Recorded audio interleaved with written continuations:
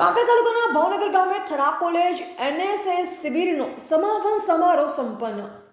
શ્રી કાંકરેજ તાલુકા કેળવણી મંડળ સંચાલિત શ્રી સેવંતીલાલ અમૃતલાલ સુરાણા વિદ્યા સંકુલ અંતર્ગત Shrimati Kantaben Kirtilal Shah arts and Shrimati લીલાવતીબેન Bapulal Gunjariya commerce college દ્વારા આયોજિત શ્રી હેમચંદ્રાચાર્ય ઉત્તર ગુજરાત યુનિવર્સિટી પાટણ પ્રેરિત રાષ્ટ્રીય સેવા યોજના એનએસએસ વિભાગની વાર્ષિક શિબિર તારીખ 17/1/2025 થી 23/1/2025 દરમિયાન કાંકરેજ તાલુકાના ભાવનગર પ્રાથમિક શાળામાં યોજાઈ હતી।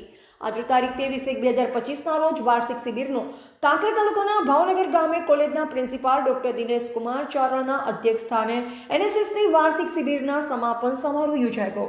આ પ્રસંગે અતિથિ વિશેષ પદે આર્ટ્સ એન્ડ કોમર્સ કોલેજ થરાના પૂર્વ આચાર્ય ડોક્ટર હેમરાજભાઈ પટેલ, ભાવનગર ગામના વડીલ શ્રી કરસન દાદા, શ્રી ઓગળ વિદ્યા મંદિર થરાના પૂર્વ પ્રિન્સિપાલ શ્રી બેચરભાઈ પરમાર, કાંકરેજ તાલુકા કેળવણી મંડળના ટ્રસ્ટી શ્રી સંકેતભાઈ શાહ, ભાવનગર પ્રાથમિક શાળાના પ્રિન્સિપાલ શ્રી ભરતભાઈ પટેલ, ગામના આગેવાનો, જાગૃત નાગરિકો, દિવ્ય ભાસ્કર, ગુજરાત સમાચાર અને બીકે ન્યૂઝના પત્રકારો, એનએસએસના સ્વયંસેવકો તેમજ પ્રાથમિક શાળાના વિદ્યાર્થીઓ અને શિક્ષક મિત્રો તેમજ કોલેજ પરિવારના તમામ લોકો જોડાયા। આ પ્રસંગે અધ્યક્ષ સ્થાનેથી બોલતા પ્રિન્સિપાલ ડોક્ટર ચારણ સાહેબે જણાવ્યું કે સારા કાર્યનું કદી સમાપન થતું નથી।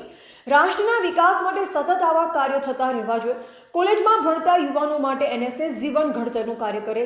જ્યારે અતિથિ વિશેષ પદેથી વ્યાખ્યાન આપતા પૂર્વ આચાર્ય શ્રી હેમરાજભાઈ પટેલે તેમની આગવી શૈલીમાં રાષ્ટ્ર નિર્માણમાં યુવાનોનું યોગદાન એ વિષય ઉપર વ્યાખ્યાન આપ્યું। કાર્યક્રમના અંતે કોલેજ તરફથી ભાવનગર ગામના જરૂરિયાતમંદ લોકોને બ્લેન્કેટનું વિતરણ કરવામાં આવ્યું।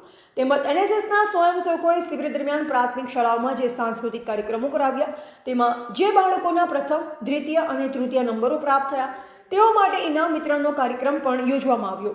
આ સમગ્ર કાર્યક્રમનું આયોજન અને સંચાલન NSS program officer doctor Ram સોલંકીએ કર્યું, જ્યારે આભાર વિધિ મનોવિજ્ઞાન વિષયના અધ્યાપક ડોક્ટર નીતેશ પટેલે કરી હતી। રિપોર્ટર અલ્પેશ ગોસ્વામી, કાંકરેજ। સેવા યોજનાનો મુખ્ય હેતુ રાષ્ટ્રની સેવા। વિદ્યાર્થીઓ પોતાના અભ્યાસકાળ દરમિયાન અભ્યાસની સાથે સાથે રાષ્ટ્ર માટે શું કરી શકે, જે જગ્યાએ બેઠા છીએ, જ્યાં ઊભા છીએ, ત્યાંથી આ રાષ્ટ્ર માટે આપણે શું કરી શકીએ એ માટેનો આ શિબિરનો મુખ્ય હેતુ હતો। રાષ્ટ્ર આપણા માટે ઘણું